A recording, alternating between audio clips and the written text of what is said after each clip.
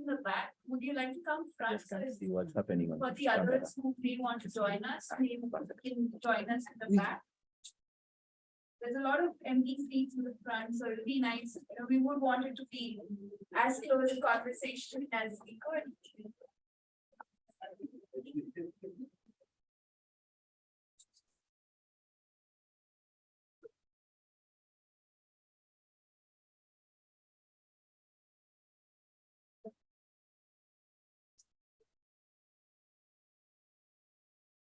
But I want to check.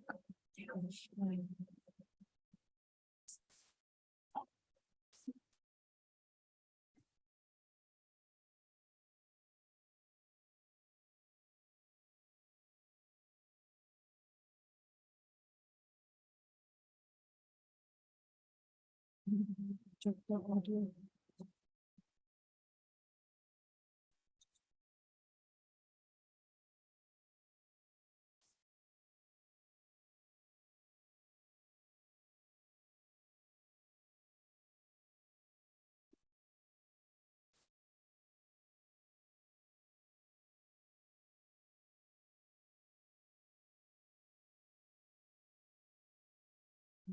The next one. This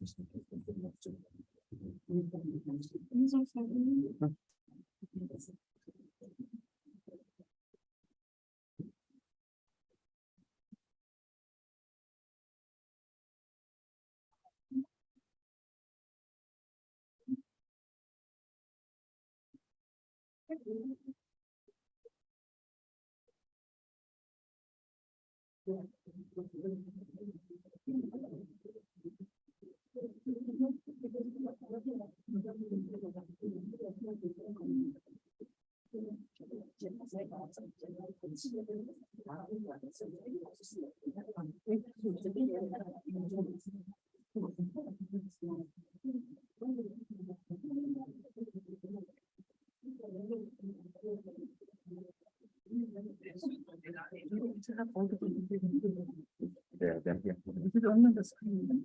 Only on so you have to. Is it No.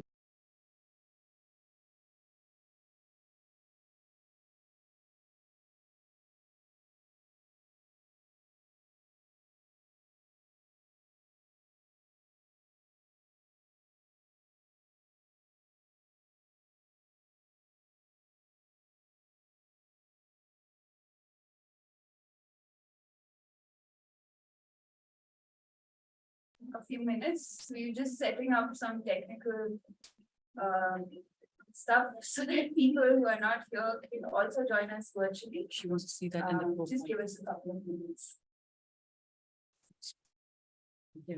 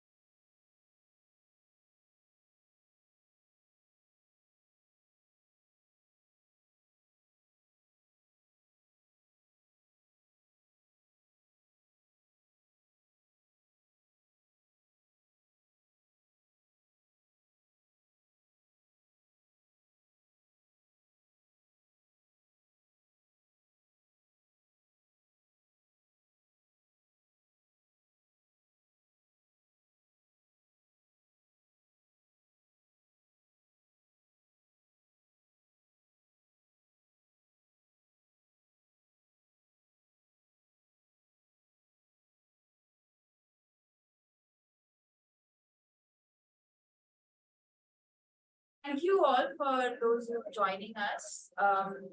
I know I'm quite excited about this wonderful panel that we have with us today. And I look forward to a very, very unraveling and very informative discussion on sustainable wildlife management and gender. So in December 2022, parties to the Convention on Biological Diversity at CCD COP15 agreed on decision 15/23 on sustainable wildlife management with a request to continue the work and the collaboration with all relevant actors and stakeholders as indigenous people and local communities and women. Noting that demand reduction strategies and alternative livelihood approaches to wildlife use are necessary where consumption or use is illegal and or unsustainable. Therefore, sustainable wildlife management is an essential tool to conserve and sustainably use biodiversity, restore ecosystems, sustain livelihood, and also to achieve, contribute in achieving the sustainable development goals. In this sense, in March 2013, the Collaborative Partnership on Sustainable Wildlife Management was established aiming to promote the sustainable use and conservation of wildlife resources. On the other hand, gender inequalities and differences play an important role in the use, management, and conservation of wildlife at the local level. As was also noted in the workshop proceedings, Sustainable Wildlife Management Beyond 2020. However, these issues are often overlooked or hardly addressed in wildlife management strategies, resulting in a limited effectiveness of the adopted strategies and exacerbating pre-existing gender inequalities. Therefore, this roundtable will be an opportunity to emphasize gender-responsive sustainable wildlife management action. We have with us experts, women leaders, organizers, and advocates from different organizations and backgrounds who will share with us experiences at local and regional level to provide key ideas and experiences and possible actions on the gender perspective. So before we go, introduce our first speaker who's going to be opening this session for us, next slide. We quickly go through the house rules. Essentially, we will have we would have all the speakers talk first, and then we will proceed with the question and answers. We would expect everyone to listen to the speakers and be attentive during this entire session, as they have given us their time and their expertise, and we would want to respect that. And I think those are some of the few general house rules, and we can go ahead with this. With that, I would like to first open this session up with introducing with us, who we have with us is Dr. Patricia Kameri. She is the director of the Law Division of the United Nations Environmental Program. Previously, she was the founding research director of the International Environmental Law Research Center and was the program director for Africa for over 20 years. Patricia, thank you so much for giving us your time. We look forward to more insightful lessons from you. Thank you very much. It is indeed my pleasure and privilege to be here to talk about the role of women in wildlife management. And I think just talking about women and wildlife is already a tractable question, because in many places where wildlife is, it is insecure for women. And many places where wildlife is managed, it is actually sheltered, and women are excluded from the areas that have wildlife. We must look at the surrounding issues that lead to women exclusion from wildlife. Despite the fact that women are really intimately connected with the land, many women still struggle to access, own, or control any land resources. And you know that there is no place where you can have wildlife where wildlife actually exists on land. And so if women are not owners of land that is contiguous to protected areas, or even where human beings share their land with wildlife, women don't have the rights to land, then their role in managing wildlife is actually circumscribed, and they are relegated to the margin. Many times in my work, in my previous work before I became the director of the Law Division, when I visited protected areas in many parts of Africa, and I would ask, where are the women?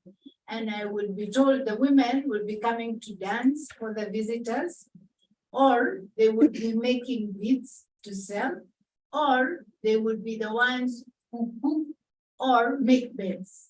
So there was not anticipated that women would have a role in the management of wildlife. And sometimes it looks like that is okay because you're trying to protect women from these dangerous animals.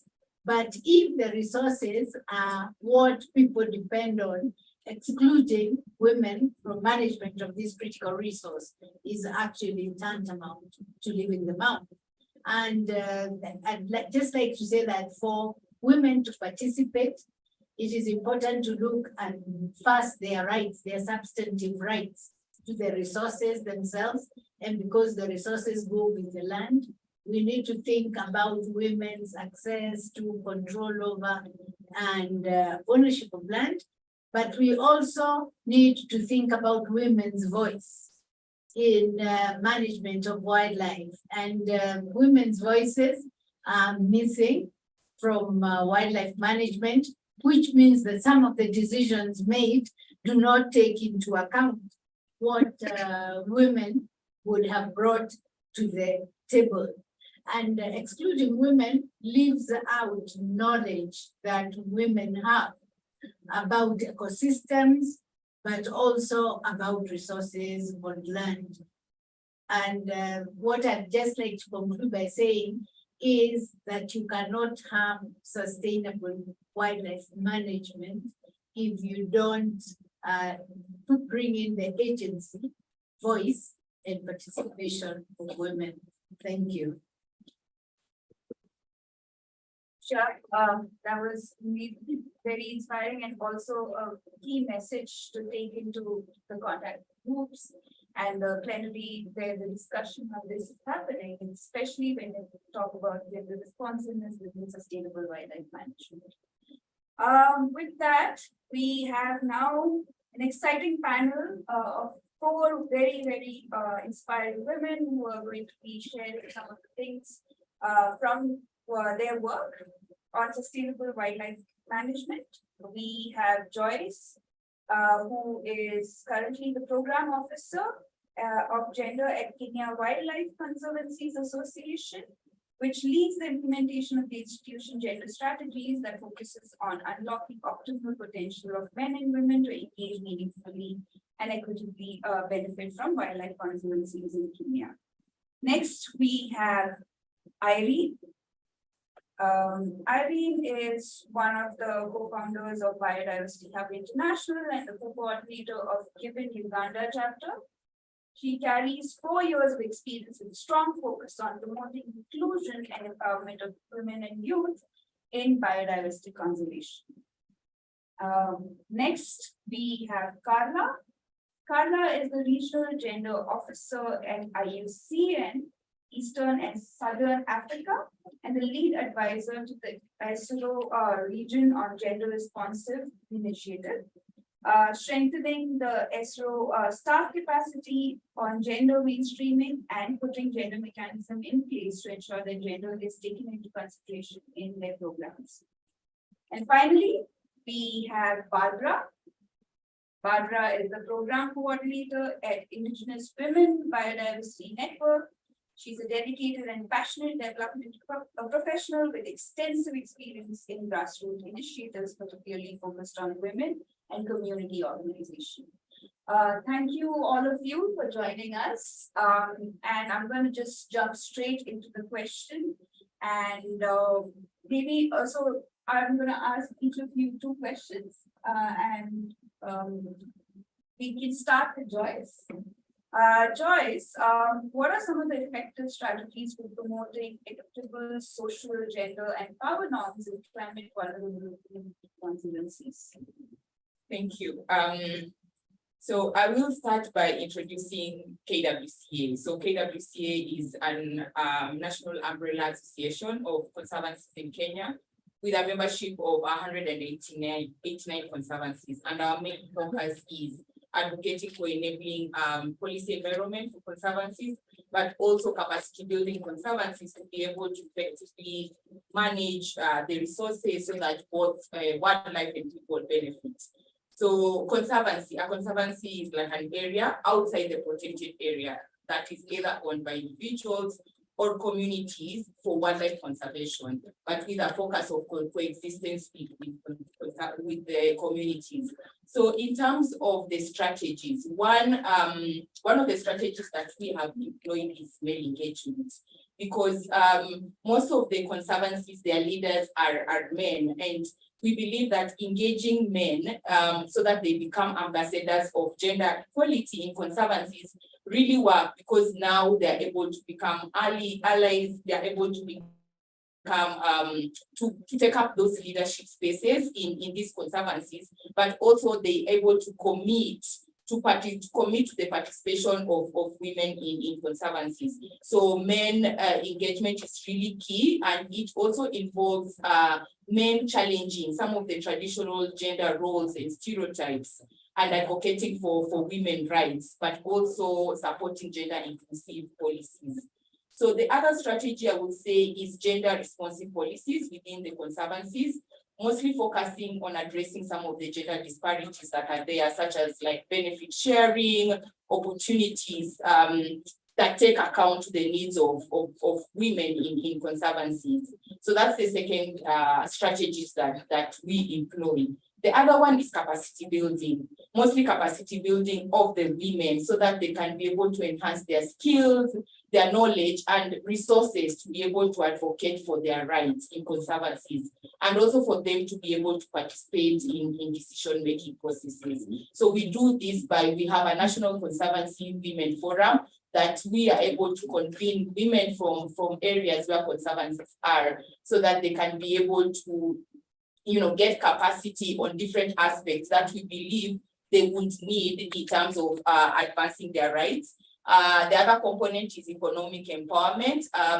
So we believe that women need also financial muscle so that they can be able to push for decisions, because the way the conservancies are set up, some of them need shareholding. And so we are supporting women to engage into nature-based enterprises so that they can get funds to engage in conservancies.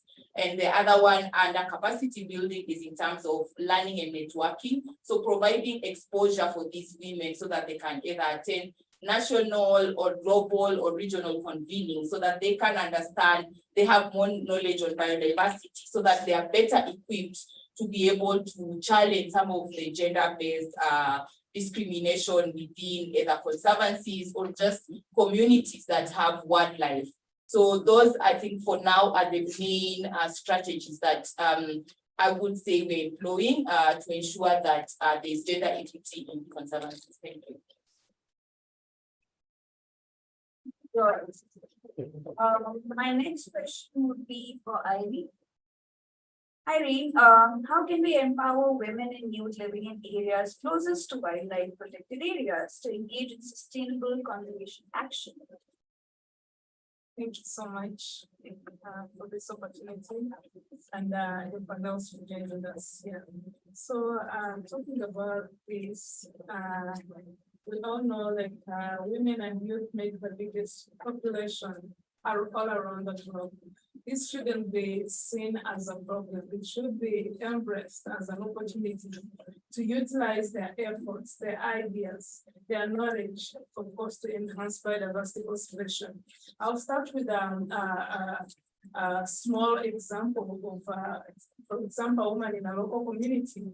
Women have great influence on men, and they usually dictate how wildlife is utilized in local communities. We have communities residing in national parks, in most of the forests, and some of these homes they share boundaries Today she will open her window and her window is in the national park. And when she crosses it, that is her home. So these are boundaries that are so much shared with people, meaning people can coexist with nature, with the wildlife in there, and of course, and also the biodiversity.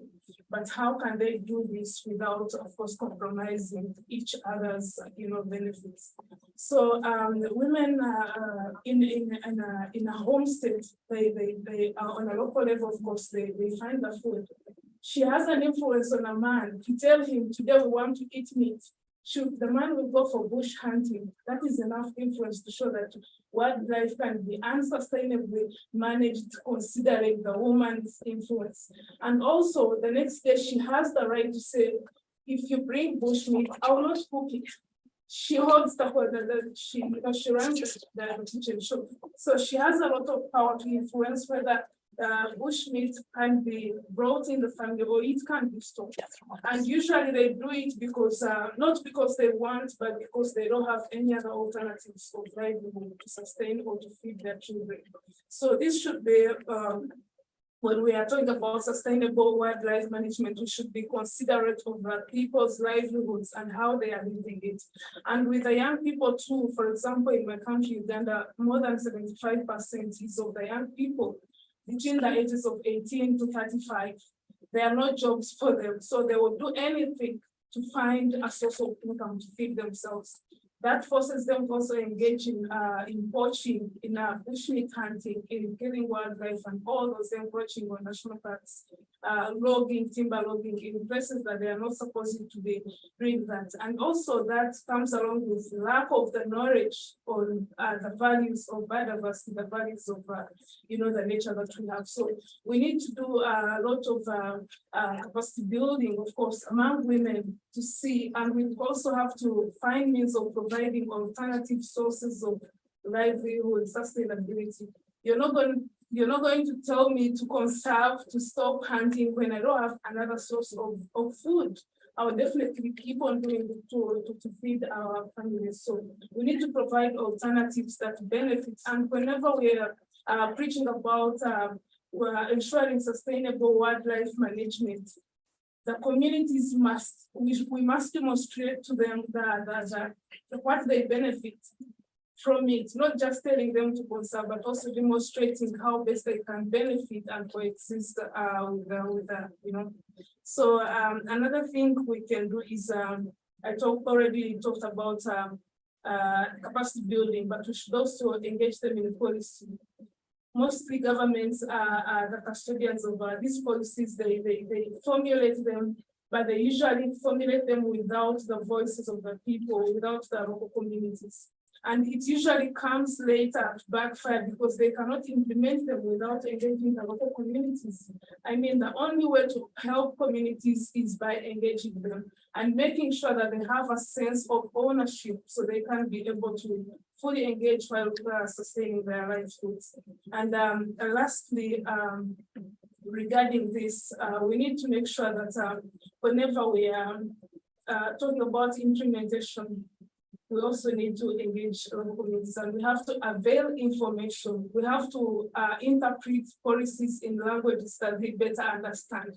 So that's the only way they can engage in conservation. Yeah, so I beg to stop here for the interest of time, but I'll share with other more approaches we can take to make sure that women and youth are well engaged in a sustainable wildlife management. Thank you. I think that we already start seeing a very common thread of role of women in sustainable wildlife management with already two speakers. I'm going to come to Barbara next. Barbara, how can we strengthen the participation of Indigenous women in decision making and implementation processes related to sustainable wildlife management, climate change, and biodiversity conservation? All right, thank you so much. Before I go into responding to the question that you asked, I will probably give a brief of what IWBN does. IWBN is Indigenous Women's Biodiversity Network, which is a global network of Indigenous women and organizations that are dedicated to conservation, conserving the biodiversity, promoting the Indigenous women's rights, and also traditional knowledge. And we work across Africa, Latin America, Asia, the Pacific, and also the Arctic.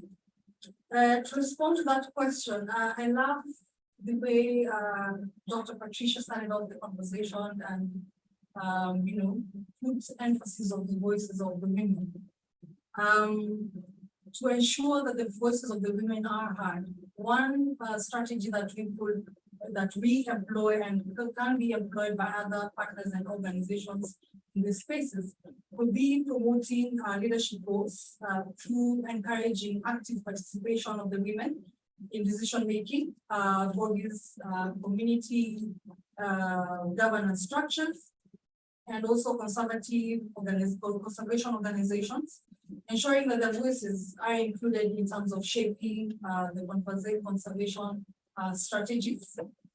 The other strategy is offering capacity building opportunities to these Indigenous women to enhance their leadership and advocacy skills are strengthened. And it could be through trainings on public speaking, because our voices are usually shut down, and also training in negotiations, because we know that there is a stereotype of how the Indigenous women are seen or are heard. So training them on negotiations and also project management. The other strategy that can be employed is offering training programs, and echo what I think my sister Peshu said. In terms of offering training programs and education that empower the Indigenous women with the skills needed for effective wildlife management. They might know the traditional ways of managing wildlife, but there are other new modern ways in terms of management. So offering trainings in terms of being and giving and feeding them with this information is very crucial as well. There's also community engagements, and this should be engaging the community, the Indigenous communities as partners, and in conservation initiatives. I attended the side event yesterday in the evening, and you talked about collaborative partnerships, and this is probably one space that they could employ community engagement. And lastly, ensuring that the voices of the Indigenous women are heard and valued through promotion of collaborative decision-making processes that involve the community members, including the women, in the designing and implementation of the conservation strategies. I will leave it there because the time.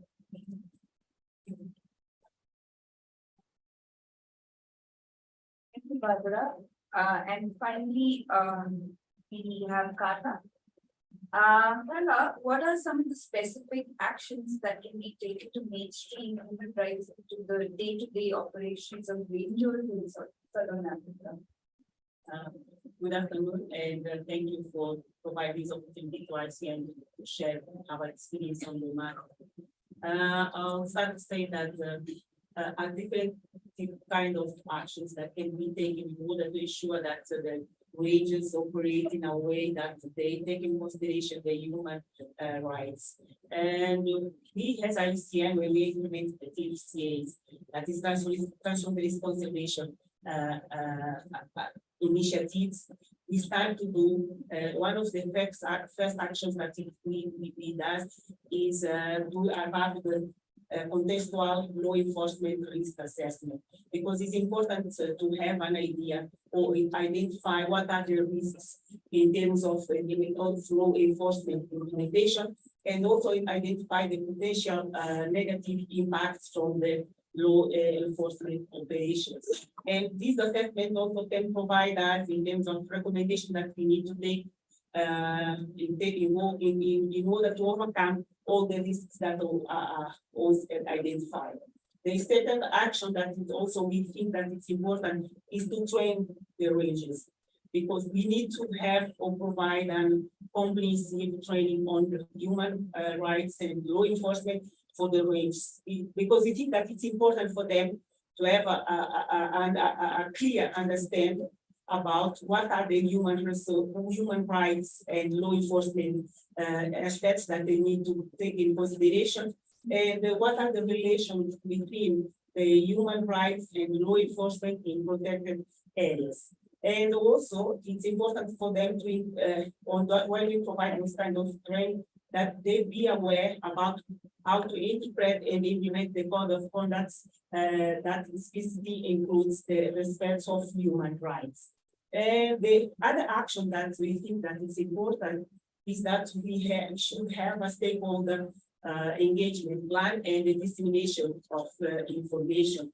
It's important that we encourage the rangers to engage with local community and build a positive relationship with them, and also involve, you can encourage also the range to involve the local communities and IPs in decision-making process and conservation efforts. We think that if we manage to have this kind of good relation between both, we can ensure that the human rights are respected. And also, the other thing that is positive when they have a good relationship is that this can reduce the challenge to the range to performance they goods on the target areas where we are implementing our activities. The other issue that is also important is the gender sensitive action.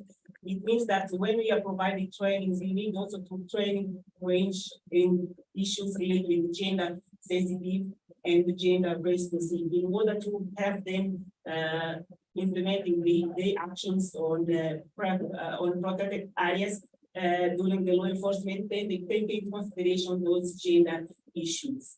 And it's important also to create complaint mechanisms, which is a system that the local community can report and can be addressed the complaints that about the range conducts on the areas that we are having intervention. And it's important to make clear or put those complaint mechanisms that are available for all the stakeholders, including the local communities and IPs. And the other thing that is also important is to have a collaborations and network. We encourage also the range to collaborate with the law enforcement entities and organizations and other ONGs that are also operate on that areas. Thank you. Thanks, Karna. I think those are very interesting learnings also, also because we have Patricia with us. We will hear from Patricia after panel also what her responses, what she thinks about what has been shared also. So coming back, I'm going to come back to you, Joyce, again. So how can we identify and challenge harmful gender norms that perpetuate gender inequality and marginalization in climate vulnerable community conservancies? Thank you again. So one thing that we do to be able to identify some of the harmful gender norms in any site that we implement any program, we do gender analysis and looking at the different domains in gender analysis. One of which is cultural norms, beliefs, and practices. So that helps us to hear from the communities and also other stakeholders in the communities. What are some of the norms? And we're able to pick out some of the harmful norms that have continued to perpetuate, gender inequalities and marginalization in community conservancies. So that's how we are able to identify.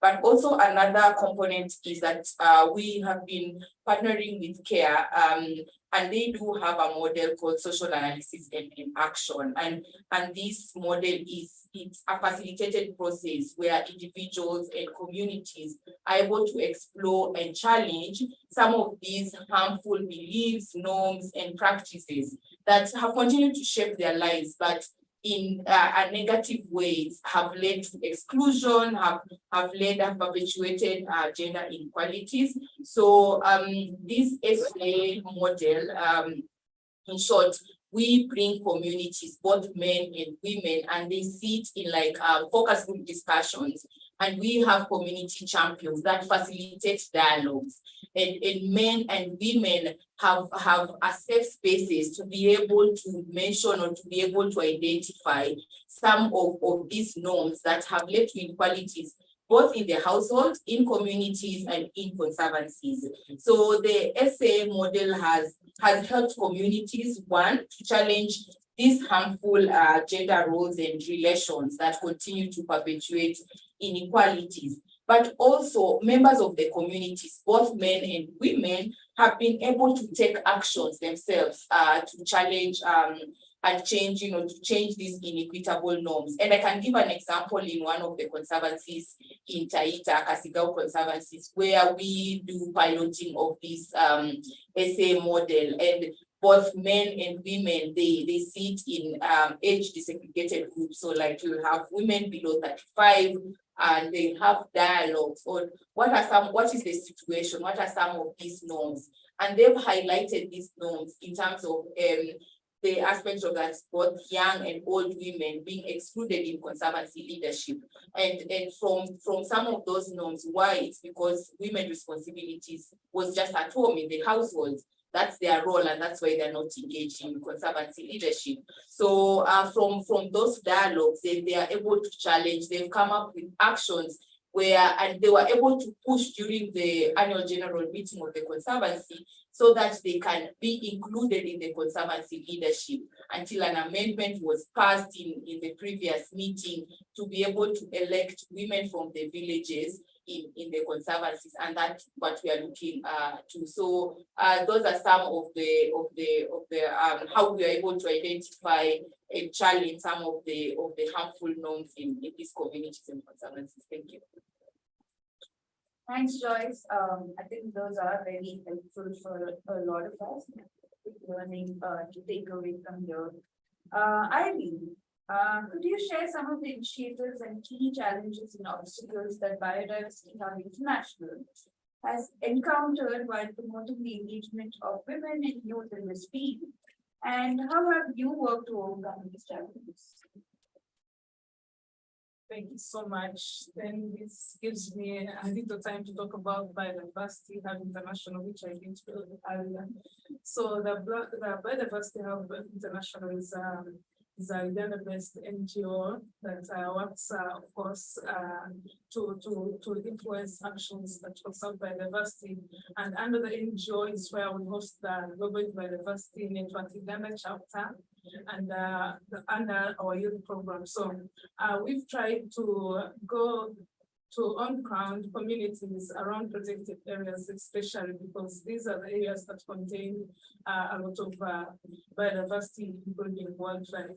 So we have a challenge that the biggest challenge is that the communities need, of course, a source of livelihood. They need to feed, they need water, they need food, they need meat sometimes. And you cannot stop that, because that's how they have lived all their life through. The best thing we can do is provide an alternative. So we have one of the projects called L4B, Livestock for Bushmeat. This was started because we realized communities were hunting, bush hunting, just because they need meat. And another thing was because some of these people do not have enough sources of income. to pay for their children's school fees or medical bills and all that.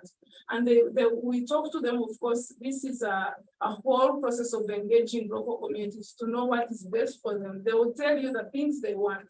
We are supposed to do this in a way that you will prioritize their preferences than what you actually want to do. So the L4B project we are doing, we give a local, like each family is given livestock, for example, a goat or chicken. So they could rather eat that meat instead of going to the bush to hunt. Yeah, and this has been working well. We have also established like women-led community-based committees where women, of course, sit down, talk, and of course share ideas on how best they can, engage in conservation. We have also been in working together with our government because they make the law. How can we ensure that the local communities are aware about the policies being implemented? Because one of the biggest problem with our communities, they were saying they only arrest us. We don't know what they are arresting us for. Meaning the policies are there to protect and ensure sustainable wildlife management. But are the people aware about those policies? They will not stop unless they get to know the sense of what these, of course, these policies, how they can be implemented and how they can benefit in another way, of course, having an alternative. And another way is that the youth are also people whose their needs have to be considered and prioritized. So our biodiversity hub through the Greater Virunga Youth Constituency project, we're empowering youth to engage in wildlife protection, making sure that they engage with wildlife authorities, of course, that's governments who are the Ghana Wildlife Authority, so they can gain some capacities on how they can defend themselves in communities, because we have you already talked about shared boundaries where wildlife has to reach the communities. And of course, communities share some resources like water.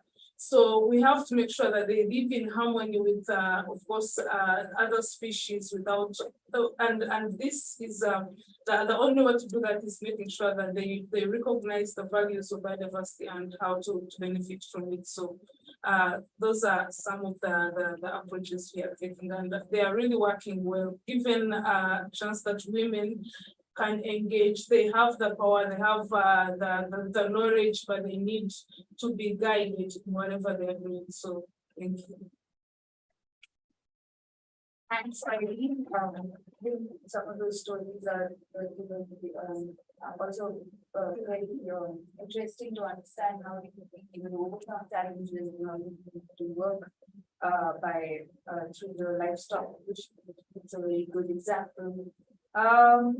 Barbara, now we have the next question. So what are the traditional knowledge and practices of indigenous women that can contribute to sustainable wildlife management in the context of climate change and biodiversity loss?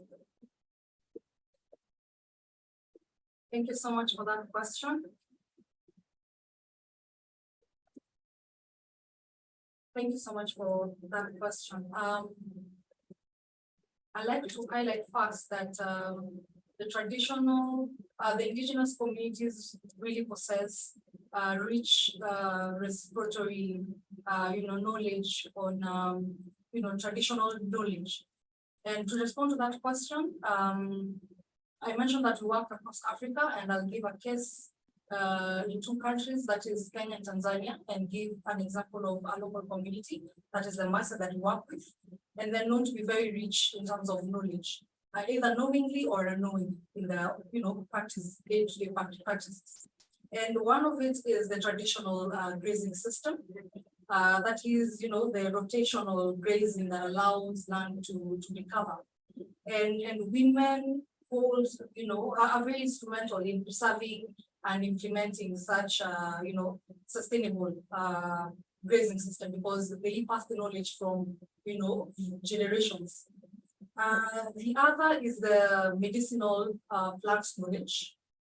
And, women are experts in the medicinal plants identification. They can tell that this is medicine, this is not. We can use this to brush our teeth, that is poisonous. They know how to identify, these plants. And, some of these plants are not only for the consumption for the human, for human, but they're also food for the wildlife, which contributes to biodiversity conservation. The other is they have knowledge of biodiversity, like the diverse plants and animals in the environment. And this is knowledge that can include the identification of critical habitats and behavior of wildlife. And this information can be used by conservancies or even bodies that play part or are part of wildlife management or such the likes. The other is that women are very instrumental in terms of conflict management and helping mitigating conflicts between the communities and the wildlife. I'll give an example of the elephant. The elephant will always come to the nearby communities just to seek for water. And if they don't find water, they'll find a way of either killing people, killing human, or whatever.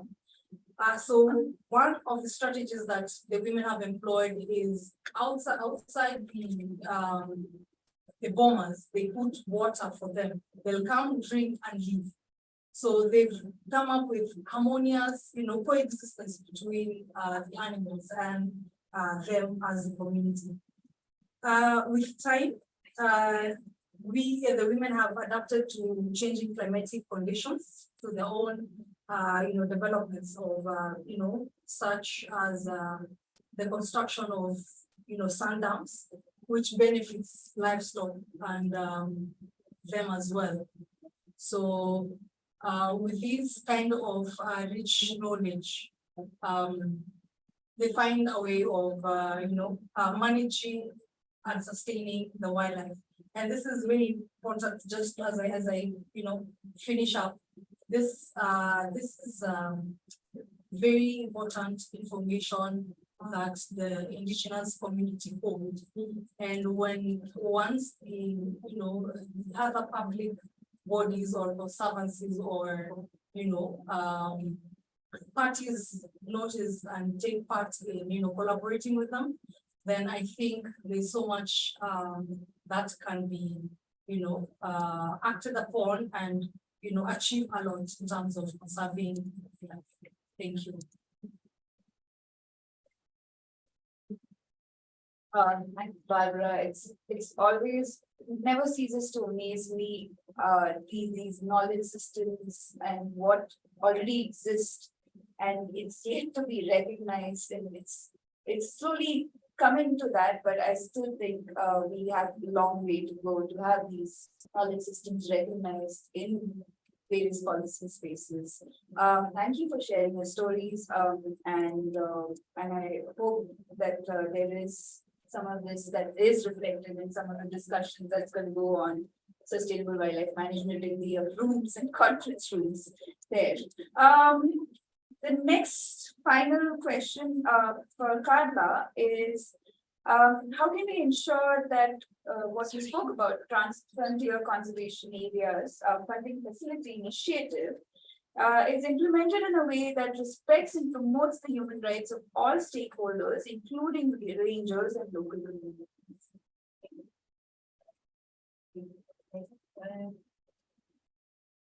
Yes, thank you for the question. What we does in order to ensure that the TFC initiatives are implementing, respecting and promoting the human rights for all stakeholders is to use an comprehensive and multifaceted approach. It means that what we do first is develop a clear code of conduct that basically incorporates the human rights and gender principles into the TFC initiatives. And we ensure that also those code of conduct address the rights of the local communities and IPs, including their rights to a safe and healthy environment, access to natural resources, and participation in the decision-making process. And the other aspect that we take in consideration is that he does We use a community-based management, community-based natural resource management. It means that what we do is bring integrated and sustainable approach, supporting and promoting initiatives that empower local communities and IPs to participate in the conservation efforts, while at the same time we ensure that they benefit from these initiatives. And we also use engagement stakeholders. We think that it's important to involve all the different stakeholders, including women, youth, and other vulnerable groups, during all the stage of the TFC initiatives, from the planning, design, and implementation of the process. And it also has important to also be engaged with the local government, when we provide the trainings for the rangers, and when we design those initiatives, because if we are implementing the human rights and the law enforcement, we need to take in consideration not all the international legislations of both, but also the national laws. So it's important that we work closely also with the local governments. And we also create a conflict and resolution and grievance mechanism, because and this mechanism should be effective, that allows that all stakeholders, including the local communities and IPs, to raise concerns about the TFCA's operations or range conducts in the areas that we are implementing our initiatives. And those grievance mechanisms should be accessible, transparent, and responsive. The other issues that we need also to ensure that we have actions that are gender equality and inclusivity. You ensure that the gender equality in TFC initiatives by recognizing and addressing the specific needs and the vulnerabilities of women and other vulnerable groups on these areas when we implementing these initiatives. And also something that is important is that we use an adaptive management. It means that we review and adapt our TFCA initiatives based on feedbacks and lesson learned to better respect what are and promote the human rights in the areas where you're implementing our initiatives. So summarizing, those are the actions or issues that we need to be taken in consideration in order to ensure that we implement our initiatives, respecting and promoting the human rights issues. Thank you. Thanks, Carla. And then finally, Patricia, like give us your 2 minutes, what you thought about this discussion before we open it up for question and answers. I think one thing that stands out for me is the way in which women's work in the private reproductive space merges into the public productive space there are no boundaries. And I think it was Irene who talked about opening the window. And I think that is something we should be looking at, so that sustainable wildlife management should really be true to the SDG mantra of leaving no one behind. Sustainable wildlife management shouldn't push women to the margins. And we should have more agency and voice for women.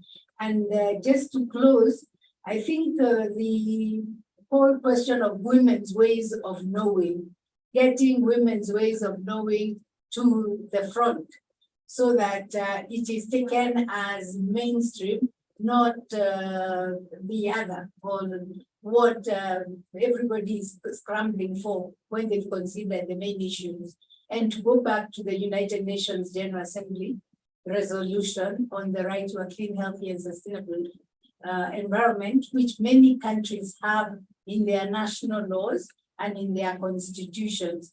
How can we make the human rights also take into account other constituent parts of human, and this is women and also children and others that are not usually seen as front and center.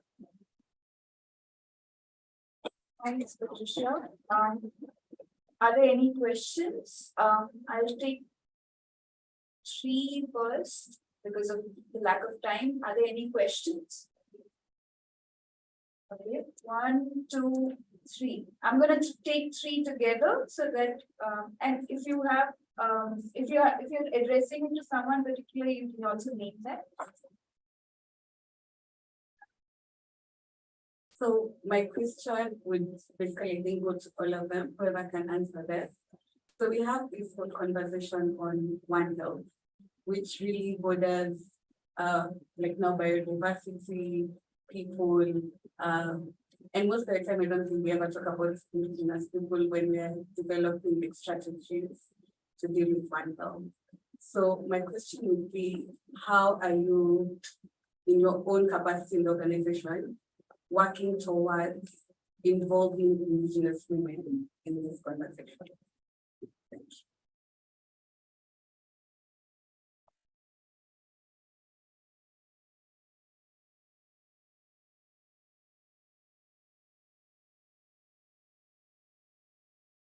So mine isn't a question. Maybe if she has a question, she can speak before me.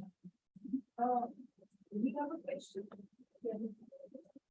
Yes, thank you. I'm just interested to find out from Joyce the strategies they employ, especially in indigenous communities, because in northern Kenya, there's a lot of indigenous communities that do live in conservancies, and considering again the cultural practices that are very, very, very strong in those communities. How do you approach that in the work that you do? But thank you for giving us the example from Taita. So I'd be interested to find out how that works now on the other. Yes, mine wasn't a question. It was just like a call. I saw how rich the discussions and points from the panelists and everyone were in this meeting. And when I looked around, I found out that the room is full of only women. And 2 men, unfortunately, one left. So it is like a call, like when we are talking about inclusion of women in sustainable wildlife management, and then we see the effects and the challenges are being seen by somehow women and indigenous people. And then we are calling out, Joyce was talking about men engagement programs. But then how are they going to be engaged if they are not in these spaces, if they are not hearing our recommendations, if they are not hearing our call to action? So maybe to everyone, when we move out, when they say, when it is written, sustainable wildlife management and gender is not women, it's everyone is included in gender. Because if they are not here, they won't know how IPRC's women are using the harmonious strategies to protect their homes from the elephants, using the water systems or drainages around their homes. That is the knowledge that should be known by everyone, because the reason they are doing that on their own, there are no men in the family to protect them as the protectors of their home. So I think it's high time, or it's a recommendation that when there is a space for like this one, everyone is there, especially our brothers and our fathers, including our sisters. Thank you. Thank you, Sophie. I think that's a very key message that we have and we should keep in mind and probably in the future engage. So maybe Joyce, would you want to start, because you have one question addressed to you? Yeah.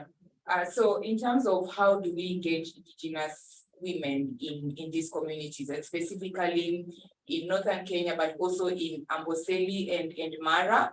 So one, we have just started a project with support from USAID and IFCA in Amboseli and with FFI in northern Kenya that employs as well the SAA approach, which we have engaged women. And I'll give an example of Amboseli specifically. We've called women together to be able to understand, one, what are some of these norms that have led to them being excluded in the former group ranch regime. that really manage these ranches and now that are transforming to conservancies. And we are at a stage where we are trying to understand from an indigenous woman perspective, what are some of these norms and what do they think will work within their context. So at the moment, we are at that stage of engaging the women to tell us, what do you think will work in this stage? But also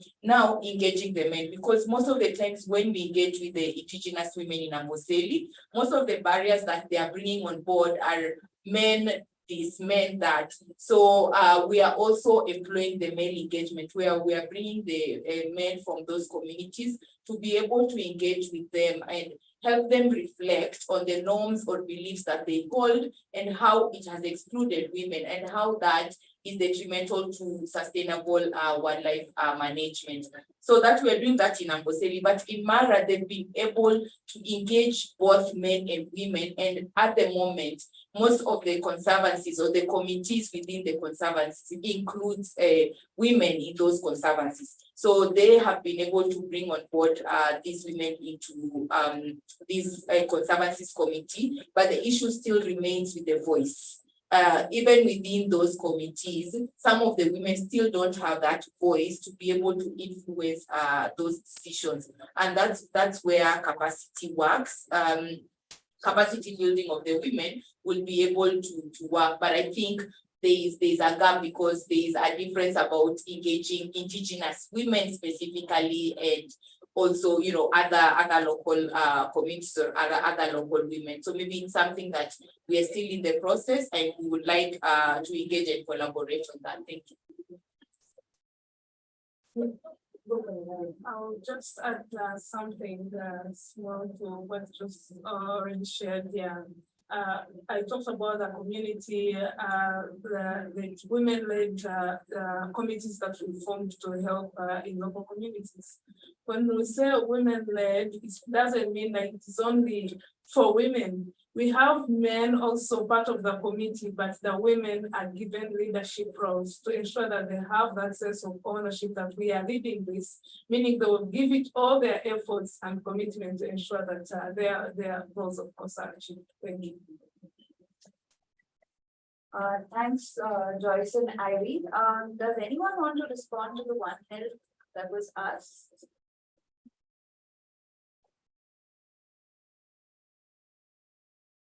Probably go first. As IWBN, we're already in that space. But what we're really trying to emphasize when it comes to the indigenous communities that we're engaging with is matters of access benefit sharing, because many have identified or noted that there are benefits from these plants that the Maasais or certain communities have. And we are trying to emphasize on matters that not anyone can come from out of that community and just take anything from that piece of land. So we already engaged in that space, but on the aspect of access benefit sharing. And we are slowly bringing in the governments to get involved, but we are, somewhat hesitant first because we want to involve first the communities themselves, so that when the government comes on board, it becomes a matter of the communities, having the initiative themselves. And I don't know what the rest have to say about this, but as far as IWBN is concerned, that is the aspect, that is the line we're taking in first. Anyone else?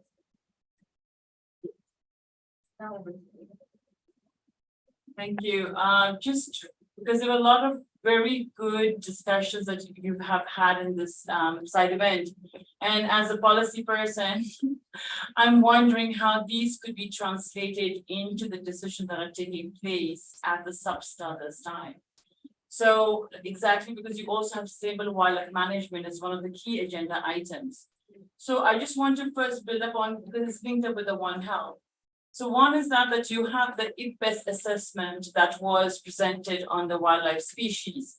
And one key enrollment there for the sustainable wildlife management is that they have recognized the importance of women and their contributions, and including the links with targets 22 and 23, which is very much important for Indigenous peoples and local communities. So if you are going to the Wildlife Sustainable Management Conference, CRP, or contact groups, it may be good to pull that out from the IPBES assessment. Now, also in the wildlife management document, which is here, maybe some of you are already working in that. And I just want to put forward, hopefully, that this network is created for you to come together and maybe take it forward, is the Collaborative Partnership of Sustainable Wildlife Management, CPEW. In that, in the 2023 to 2025 plan, which is within the wildlife management document for SBSTA, I want to point it out is also within that, the One Health is within, they are presenting that the 5 thematic objectives of this strategy, CPW, D says that to embed the sustainable use and management of wildlife in the One Health agenda.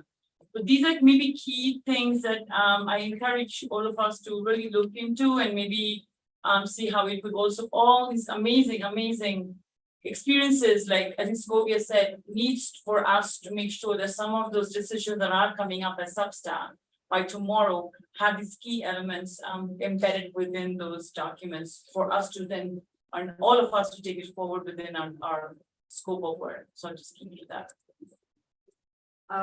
Thanks, Tina, and with Cecilia, I'll close the Q&A because we have gone past 5 minutes past. So Cecilia, we request you to keep it short. Thank you. It's going to be very short. On the issue of the One Health, and I associate with what has been said, I just want to add the issue of gender disparity and inclusion shouldn't come up at that point, because this One Health approach is being implemented by multiple stakeholders. So if it's government, giving an example of Kenya, if it's government, Kenya has a rule against exceeding 2/3 in gender. So ideally that means if it's government representatives, they're supposed to have representatives of women. If it's the Ministry of Health, they're supposed to have representatives of women. And if it's the civil society, for example, because it's a group of people working on the same thing, because everything is related. So I think if we get the gender rights and perspectives in check across board, we should be able to be saying that even in the context of sustainable wildlife management, there are representatives there. So we like thinking about it from sustainable wildlife management, lacking gender representation, I get it, but the problem is elsewhere in the structures and the system. Thank you. Thanks, Cecilia. I think those are very, very key important learnings from all of us.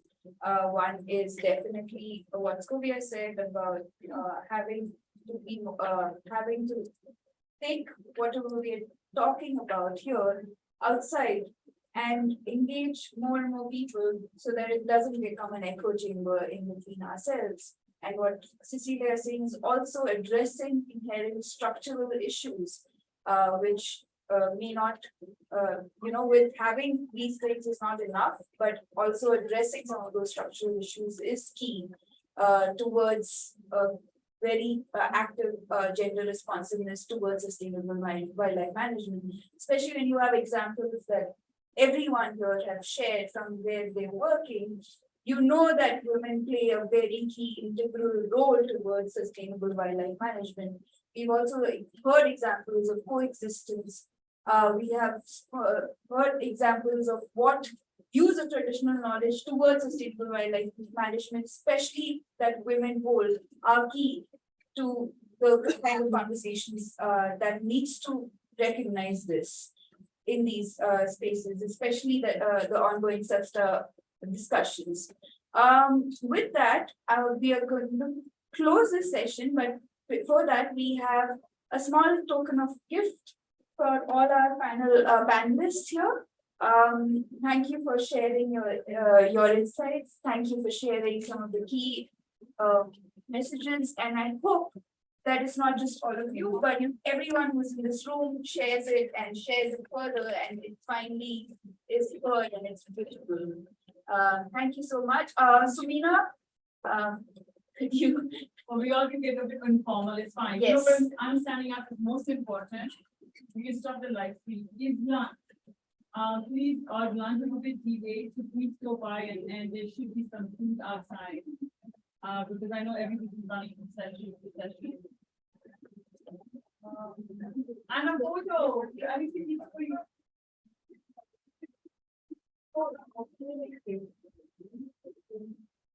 Hi.